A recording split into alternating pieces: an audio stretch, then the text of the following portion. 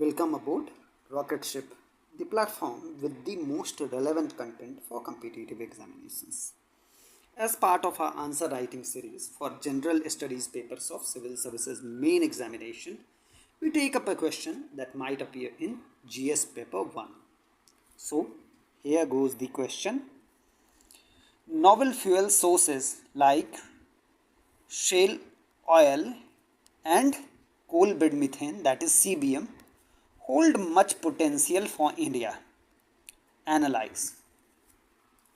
The keyword, the operative word here is analyze.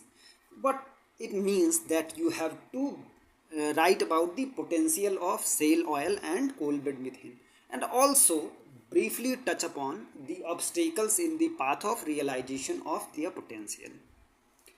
So, how you introduce your answer? Our suggestion is you should briefly touch upon India's present energy security, because we are essentially talking about indigenous sources. You have to briefly write what is the present energy, you can say energy security position of India in terms of energy dependence or independence. So, India's import dependence for crude oil is almost 88% for the year 2023-24, or we can say that just 12% of our energy requirement is met from indigenous sources. This leads to concerns of energy security, as we have just seen, because we are dependent on others for supply of our energy, as well as trade deficits. We probably know that our petroleum imports, are crude oil imports, and crude oil and gas imports form a major part of our trade deficit. The many conflicts in crude and gas producing regions like West Asia and Persian Gulf should also make us think. Maybe it would lead to major supply disruptions if the conflict there blows up. In this context, there are suggestions to tap novel fuel sources like shale oil and coal bed methane. Now, we would jump directly to defining shale oil. Petroleum trapped into fine-grained sedimentary shale rocks is called shale oil. Shale may contain gas too. What are shale rocks? Shale rocks are actually a type of fine-grained sedimentary rocks, and they often trap petroleum as well as gas. They often trap crude as well as gas. Now, a Niti Aayog report, a Niti Aayog estimate says that India has 96 trillion cubic feet of recoverable shale gas reserves, while our actual production is less than 1 TCF annually. What it essentially means that even if we were to start consuming our shale oil and gas at the present rate, it would suffice for a long time. Cambay Basin in Gujarat, Krishna Godavari Basin of the east coast of India, and Gondwana Basin in central India as well as parts of Jharkhand and Bengal are the richest shale gas bearing regions in India. However, now coming to the obstacles, there are substantial challenges to shale oil or gas extraction. The first is high water demand to fracture shale gas. Actually, what happens, high pressured water has to be injected into shale rocks to fracture them so that oil and gas would come out. And in a water scarce country, ours is a water scarce country where water demand is from many sectors, including agriculture and the domestic sector also. So this is unsustainable if we have to divert much water for shale gas extraction. There is apprehension that chemicals used in shale rock fracking would contaminate the aquifers. Actually, some of the chemicals have to be used for shale rock fracking, and there is fear that these would contaminate the groundwater aquifers as well as the surface water sources. Now, You might probably know that shale gas fracking requires horizontal drilling, that is, on the surface drilling. And you can well appreciate that horizontal drilling, unlike vertical wells, demands more land acquisition, which is almost always a contentious issue in India. Also, till now, this is actually the most pertinent point about the you like competitiveness of shale oil and gas. Till now, shale oil and gas are competitive only when crude prices are elevated.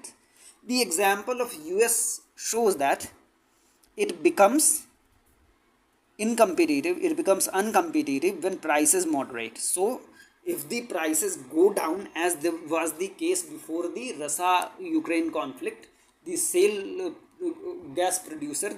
oil producers would go out of business, as was seen in the case of the United States. Now, in contrast to shale gas, coal bed methane has more definite benefits and use cases. What are the potential benefits and advantages of CBM? First, it is indigenously available, it's obviously a cleaner fuel. It being a gas, it's cleaner than petrol and diesel both. Its utilization helps mitigate greenhouse effect. Actually, methane's greenhouse potential is many times more than carbon dioxide, and if methane is released in the air from the mines, it would lead to a greenhouse gas effect. It would lead to warming of the atmosphere of the air, increased warming of air. So it is better to utilize it. Now, utilizing it prevents coal mine methane explosion, which have in the past taken the toll of many miners' lives. Then, reduction in fuel imports. It is again a straight point that it would lead to reduction in fuel imports if we were to utilize coal bed methane, and that would improve our trade balance and energy security. And moreover, they would help in rejuvenating colliery areas. It would help in rejuvenating the colliery areas even when we have to phase out, even if we were to phase out coal. Now we would take up these points in detail. First, methane naturally occurs in coal mines and has to be released. It has to be released, else it would cause asphyxiation, and explosions. Methane sometimes explodes, as we have just discussed, and it might lead to loss of many miners' lives. So it has to be anyway released. Methane has high greenhouse gas potential. Please find this actual quantum. We were not sure about this, but anyway, methane has high greenhouse gas potential. Utilizing it as fuel deals with this issue as well as methane hazards. Just discussed hazards of methane. If we were to use CBM, we can deal with both these issues, GHG potential as well as methane's hazards. CBM can help better balance our trade deficit and boost our energy security. And moreover, as coal has to be phased out eventually, CBM will be a cleaner growth engine for coal mining areas in the future. Now, a brief conclusion. India, with fourth or fifth largest coal reserves, has commensurately large CBM deposits. Experts say that with fourth or fifth largest coal reserves, India should have as large CBM deposits too. With infrastructure support like Urja Ganga gas pipeline and policy clarity, for an example, allowing Coal India and private parties to extract CBM can help us realize its potential benefits. Actually, prior to this policy change, there was a bit of confusion whether CBM would come under the Ministry of Petroleum and Natural Gas or under the ministry concerned with coal mines, and it would have led to a conflict between these two ministries. Now CBM, now coal bed methane, has been wholly brought under the Ministry of Coal Mines. Whichever ministry deals with coal mines, it has been brought under that ministry. So it would lead to more policy clarity. And the Urja Ganga gas pipeline is being laid by GAIL Limited, and it would connect the coal bed methane bearing regions in the eastern India with the gas consuming areas in the central India and so on. So these things, policy clarity, these infrastructure development would help utilize CBM. At the same time, we should not say that shale gas potential cannot be realized. Even shale gas should be experimented with an eye on the future, because we don't know what this future holds for shale gas. Maybe there would be some technological breakthrough or even some innovation which would make it more competitive and cleaner, less polluting. And also we have to think about the geopolitical situation, which might lead to major supply disruptions. If, for example, if the conflicts really flares up in the West Asia and the Middle East, in the Persian Gulf, so we have to again depend on the energies, on the indigenous fuel and energy sources as far as possible. Research and innovation in this regard should be supported. So that is how we conclude our answer.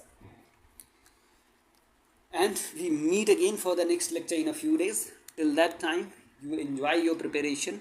We wish you all the best. Thank you.